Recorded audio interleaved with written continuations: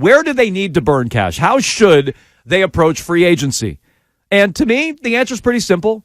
I like not all of the names that are out there in free agency at wide receiver, and I don't know how many are going to shake free, but Mike Evans could be a free agent.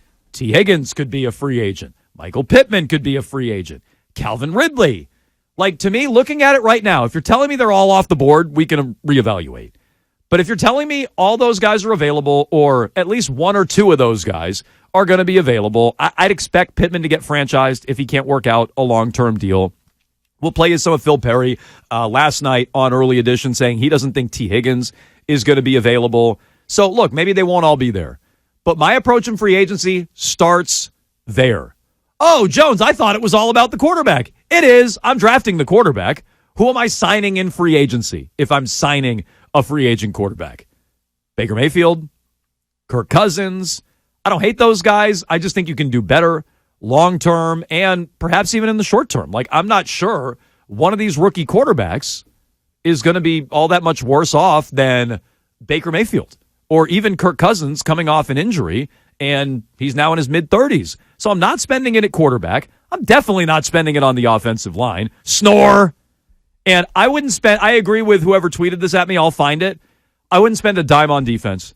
Would not spend 1 cent on defense. I wouldn't spend a draft pick on defense. I wouldn't spend a penny in free agency on defense. Your defense is fine. It was the one thing on the team that was okay. Overrated, but okay. I'm not spending there. Wide receiver. Wide receiver is where I start. Wide receiver might be where I continue. Like, in other words, I might double dip. Give me Evans and Pittman. Give me Ridley and Higgins. Like, something like that. Wide receiver is the answer. If the Patriots are going to burn cash, that better be where they're burning it. Because if it's an O-lineman here and a linebacker there and a tight end over here and it's a lot of money at non-premium positions, I don't think you're in any better shape. Spend at a premium position. Spend where you need to go get it. That's wide receiver. I am not interested in a quarterback in free agency. I'm not. Even with Kirk Cousins, like the 35-year-old coming off of an Achilles injury, I'm not interested in it. I'm also with you. I'm not interested in spending the bulk of your money on defense. Maybe I'd spend a little bit of it to shore up the strong side of your team.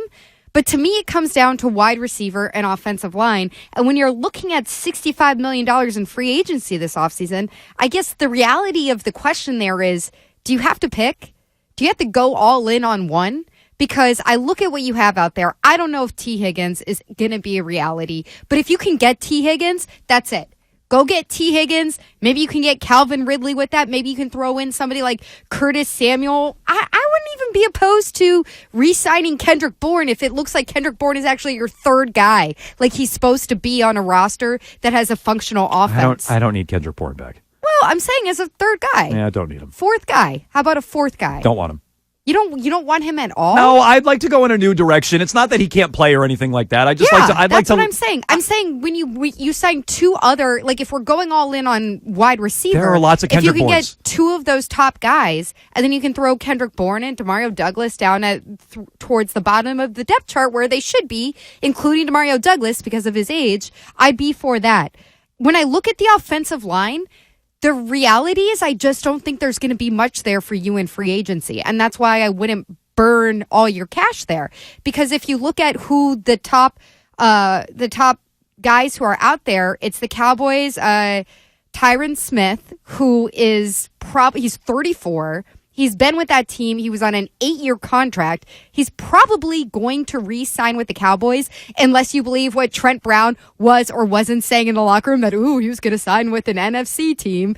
Like, if you think that then they would pivot to Trent Brown, I have no interest in having Trent Brown back here. But he's pretty much the number 2 prospect out there after Smith. And then you're looking at Onwenu, who I have already said I want you to re-sign, but he's a right tackle. You still need a left tackle. Then you're basically getting into lower price guys who are going to be available at left tackle. There's just not much there. So you're going to have to do some work in the draft, and you're going to have to do some actual development with your offensive line.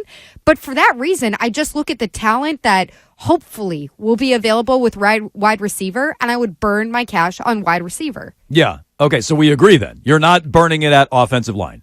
If I could get Smith from the Cowboys, you can. I would burn it there. You can. I don't think you can. Go spend. And so, look, Tyron Smith is great. He's injury prone, but when he plays, he's great. And so, to me, that's not where I'm starting. I am starting with playmakers.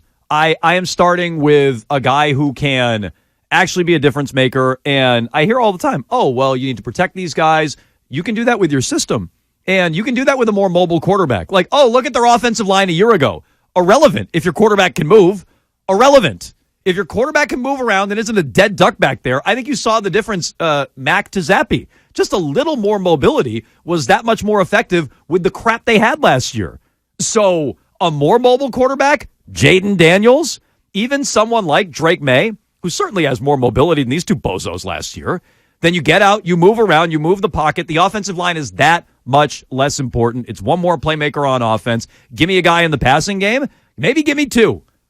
Then you can go get it. Because I agree, Mego. It's like they have a lot of money to spend. Even though they hardly ever spend. They spent in 2021. But over the last decade, they are the lowest cash spending team in the league, according to Mike Reese.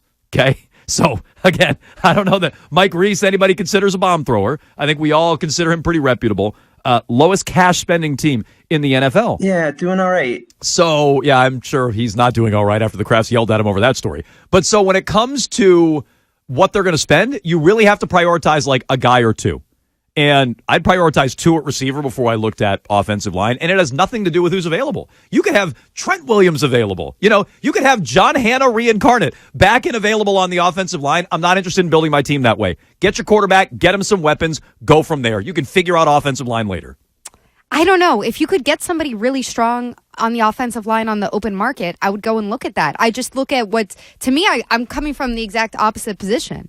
Like, if you look at the level of talent that you're looking should at be supply available versus for a demand. wide receiver, there's great talent out there. And it's also my way of telling everybody who's obsessed with Marvin Harrison Jr. to just shut up for a minute because you really need a quarterback. And if you listen closely, Gerard Mayo is trying to tell you that he wants to take a quarterback too. So who knows who's going to be running the draft? Like, who knows if it's going to be Matt Groh and Elliott or whoever, or if you think Robin Glazer is going to be there in the war room, like drawing up the chart. I don't know what to tell you who's going to be in there, but I think they're going to take a quarterback. So it really comes down to what best supports that player, what best supports your number 3 pick and getting you to where you should be in the next 2 or 3 years. Because again, unlike you, Jones, I don't think that they're going to be back in the playoffs next year. Like, I think that that's just too tall of a task. And I think you're a glass half empty person. Even if you're a negative person. T. Higgins and Calvin Ridley, I think it's still going to be difficult to get you back there even in the wild card in your first year with a rookie head coach and a rookie quarterback. It was Aw808, by the way, on Twitter, who said, don't spend a penny on defense. I agree. I co-sign. Don't spend a dime. Don't even think about it. Don't use a draft pick on defense. Don't think about spending a penny in free agency on your defense. Your defense was overrated last year, but it was fine. Fix the offense, and I think a playoff appearance could follow. 617-779-7937. We all want the Patriots to spend money. Or as your new head coach said, burn cash, which I'm sure made Robert and Jonathan and Robin Glazer and everybody else a little uncomfortable. Yeah, we're going to burn some cash. We're going to burn our cash? Great. We don't even want to spend it. Now we got to burn it? So how should they spend it? How do you prioritize? Is it wide receiver? Is it offensive line? Maybe it's quarterback, not what Mego or I are going with. Maybe it's on defense. Well, maybe you reject keep the idea. in mind you're going to have Joe Alt there. At the number 3 pick. I don't think that's going to be the case. But I'm not spending any on defense. Maybe you disagree with that.